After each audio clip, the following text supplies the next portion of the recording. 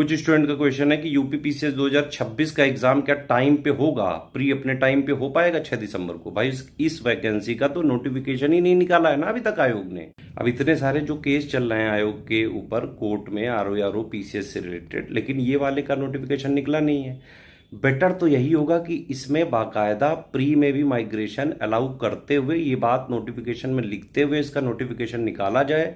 Exam pre भी time पे होगा, मेंस की भी अपना डेट वगैरह अगर ये देंगे तो ये करा पाएंगे, कोई कोर्ट केस वगैरह भी नहीं करेगा। क्योंकि वैसे भी इन्होंने नोटिस निकाल के बोला है कि यूपीएससी को फॉलो करते हैं, और बाकायदा 2019-20 में रूल बदला गया है वो, है ना, वो ओवरलैपिंग खत्म करी गई। उससे पहले तो वैसे ही होता था, तो वैसे ही क्यों नहीं कर रहे हैं? वैसे करके नोटिफिकेशन निकाल के एग्जाम वगैरह सब टाइम से होना चाहिए मेरे हिसाब से तो।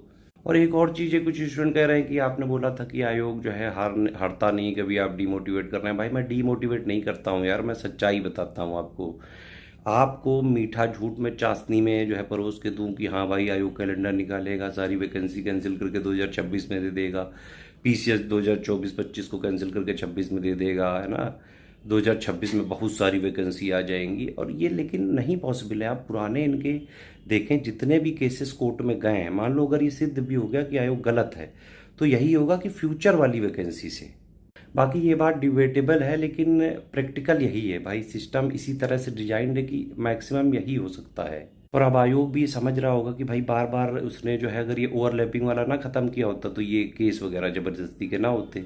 मेरे हिसाब से तो 2026 में सावधानी बरते आयोग, और जो चीज़ें इनजस्टिस हो रही हैं वो ठीक करे, ट्रांसपेरेंसी मेंटेन करे। अगर आप देखो तो सरकार का भी कुछ इसी तरह का जो है रहेगा, क्योंकि 2027 में इलेक्शन भी है।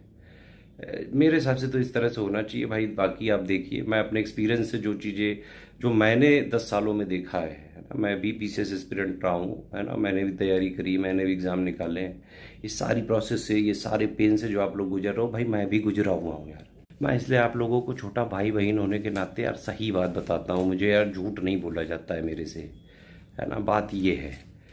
बात बोलने को भाई, अब जैसे जो लोग कह रहे हैं ये वाली स्टे लग जाएगी, रद्द हो जाएगी, कहने में बड़ा आसान है भाई। आयोग के पास इतने रिसोर्सेज हैं, आप कैसे कर पाओगे ये समझो। और आज तक जब भी ऐसा हुआ है, इवन एक जो है मैंने आपको बताया था, एक उनका नाम नहीं लूँगा, एक एआरओ जो हुए थे जिनके कट ऑफ से ज़्यादा नंबर थे अकाउंटेंट में, अब उन्होंने सारी चीज़ें प्रूव कर दी, फिर भी लास्ट में यही प्रूव जो है बता दिया गया कि जो उन्होंने जहाँ से डिग्री ली वहाँ वो गई नहीं, वो फर्जी डिग्री है, फेक है।